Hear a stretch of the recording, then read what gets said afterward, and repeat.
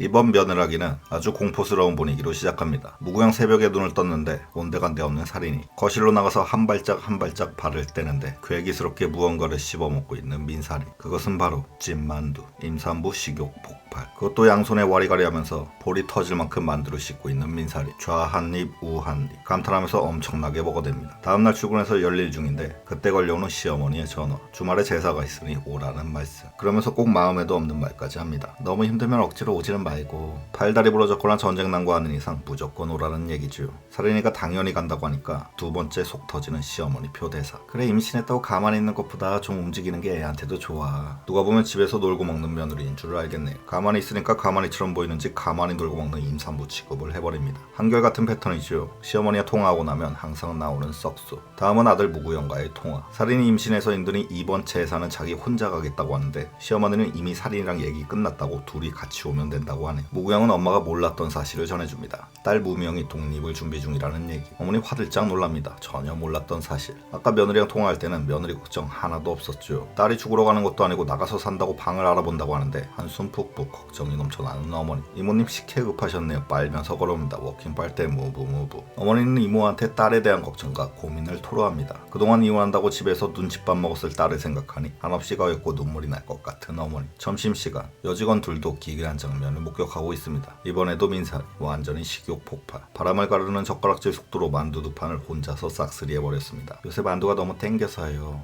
역시 배우는 배우입니다. 입안에 만두를 한가득 물고 대사를 쳐도 저보다 발음이 훨씬 더 정확합니다. 그렇게 만두 먹으면서 임신을 주제로 얘기를 나누는 여직원들. 요가, 조동, 문세. 조동은 조리원 동기, 문세는 문화센터라고 합니다. 임산부들이 중요하게 생각하는 그것들. 그런데 살인이는 태교를 전혀 못하고 있어서 아이한테 많이 미안하다고 하네요. 워낙 바쁜 워킹맘이니 태교까지 신경 쓰기에는 여력이 없죠. 그러면서도 만두는 계속 씹고 있습니다. 점심 마치고 자리에 와서 육아 카페를 가입합니다. 태교 방법이라고 쳐보니 진짜 다른 임산부들은 별거 다 하고 있었네요. 뱃속의 열모한테 미안해지는 살인. 그때 남자 직원이 자기 부부가 둘째를 출산했다면서 직원들한테 떡을 돌립니다. 그런데 여직원 살인이 임신한 후로 잡아먹을 것 같았던 부장님. 이번에는 태도가 완전히 다릅니다. 둘째 생겼으니까 더 열심히 해야지. 올해는 꼭 승진해야 되겠어. 허허허. 회사에서 여직원의 임신은 엄청난 페널티인데 남자 직원은 아무런 문제가 없네요. 그냥 축하와 응원만 받습니다. 그 이중성에 감탄하는 민살인. 그리고 과장님. 역시 워킹맘 첫째 며느리. 애 데리러 시댁에 왔습니다. 그런데 애가 키위를 먹고 있네요. 어머니, 제가 아직 먹이면 안 되는 것들 적어드렸잖아요. 역시나 우리의 시어머니 며느리 의견 존중은 전혀 없습니다. 그렇게 유난 떨면서 키우면 더 아프고 골골해. 가리지 않고 잘 먹어야지. 왜 먹이면 안 되는지 그 이유를 알려드리려고 하니 중간에 말 씹히는 첫째 며느리. 이만큼 컸으면 어른들 먹는 거 다 먹어도 돼. 시어머니 표정에 자기 확신이 들어있죠. 본인 말이 무조건 맞다고 생각하면서 얘기하고 있습니다. 말해봤자 안 통하고 귀가 다친 시어머니 때문에 안절부절 속만 태우는 첫째 며느리. 심지어 아이 데리고 목욕탕까지 갔다 오셨다고 하네요. 미끄럽고 위험한 목욕탕에 벌써 데리고 가다니. 며느리 한마디 해보지만 이번에도 철저히 씹힙니다. 저 시어머니는 생각이란 걸 해볼 노력조차 안 하죠. 뭐가 위험하다고 그래. 오늘 첫째 며느리의 모든 대사는 전부 다 무시당하고 있습니다. 심지어 자기 아이에 관한 얘기인데도 말이죠. 애 봐주는 건 감사하지만 그로 인해 너무 많은 대가를 치르고 있습니다. 그때 들어오는 딸 무미. 명의방에 가서 통장과 도장을 쾌척해 주십니다. 이혼한다고 얼마나 눈칫밥 먹었니? 이걸로 얻는 말고 더 좋은 방 구해. 그리고 너의 불행은 모두 나의 잘못, 다 엄마 탓이다. 신금을 울리는 딸 걱정이 이어집니다. 자식 생각하는 부모 마음 충분히 이해가 됩니다. 누구라도 그러겠죠. 그런데 딸 생각하는 거에 반의 반이라도 며느리 생각도 좀 했으면 좋겠네요. 아까 봤던 부장님과 이 시어머니 두 분 다 이중성이 장난 아닙니다. 이렇게까지 하면서 시어머니께 아이를 맡겨야 하나 우라통 터지는 첫째 며느리. 결국 품고 다니던 사직서를 불끈 집어듭니다. 그런데 잘 생각해야 됩니다. 저 시어머니 이제 내 아들 혼자 돈 벌어야 된다고 힘들어서 어쩌냐고 또 다른 난리가 날 수도 있습니다. 퇴근길에 살인이 자기는 너무 태교에 신경을 못 쓴 것 같아 눈에 띄는 임산부 요가 교실에 들어가 봅니다. 그런데 아쉽게도 남아있는 건 아침 11시 타임만. 직장인은 다닐 수 있는 마땅한 시간대가 없네요. 어쩔 수 없이 포기하고 집으로 돌아오니 무경 오늘도 열심히네요. 이번에 준비한 건 바느질 태교. 엄마가 손을 많이 움직여야 태아 두뇌 발달에 좋다고 하네요. 그럼 무구형의 어머니는 구형이를 가졌을 때 손을 묶어놓고 지내셨나 봅니다. 태교에 환장한 무구형. 눈빛이 반짝반짝. 꼭 이런 거 할 때는 에너지가 넘칩니다. 어쨌든 잘 알겠고 일단 피곤하니 들어갔다가 결국 다시 나오는 민살인. 지금 한번 해볼까? 남들만큼은 못해도 노력을 하려고 하는 민살인입니다. 그런데 저렇게 하품하면서 피곤한 몸 이끌고 하는 바느질이 뭐가 좋을지 모르겠네요. 이제부터 시간은 빠르게 흘러갑니다. 출근, 회의, 바느질, 낮잠, 거래처, 바느질.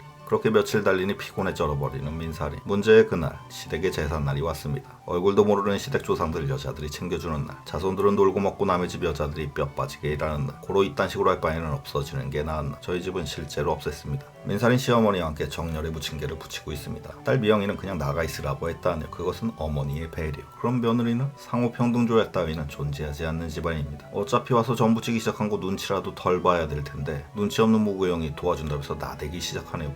불안합니다. 아니 그런데 저게 누굽니까? 영양실조 유승용 닮은 작은 아버지. 오랜만에 나오셨네요. 역시나 여자들은 전 부치고 있고 벌써 소주 2병 까셨습니다. 그런데 부치는 족족 전이나 빼드시면 좋을 텐데 역시나 한마디 하십니다. 무구형 그냥 이리 와. 주방에서 뭐 하는 짓이야? 저분은 남의 집에 놀러와갖고 사사건건 관섭이 많습니다. 누구냐 너? 올드보이 최민식은 뭐하고 있나 모르겠네요. 저 작은아버지한테 군만두를 박아버리고 싶습니다. 그래 여기 와서 작은아버지랑 술이나 한잔해. 역시나 거드는 아버지 그럴 줄 알았습니다. 맨날 욕 나눠 드시는 형제분인데 왜 한마디 안 하시나 했네요. 이쯤 되면 며느리는 완전히 가시방석이죠. 구영이한테 빨리 가라고 눈치를 주는데 감없는 무구영은 그 자리에서 요지부도. 결국 보다 못한 시어머니 민살이 너도 그냥 들어가라고 합니다. 시댁에서 완전히 불편해져 버린 민살이. 완전히 울기 직전의 표정입니다. 민살이 방에 들어와서 남편한테 설명을 해줍니다. 너의 이런 행동이 왜 나를 더 불편하게 만드는지. 하지만 오래전에 뇌는 택배 보내버린 무구형. 들어먹지를 않습니다. 이 집안 사람들 모두 똑같죠. 남 얘기는 듣지를 않습니다. 귀가 있으니 들리긴 들리는데 이해를 못합니다. 결국 민살이 눕긴 누웠는데 주방에서 들려오는 남편과 시어머니의 소란 때문에 더더욱 눈치가 보이네요. 쉬어도 쉬는 게 아닙니다. 그날 밤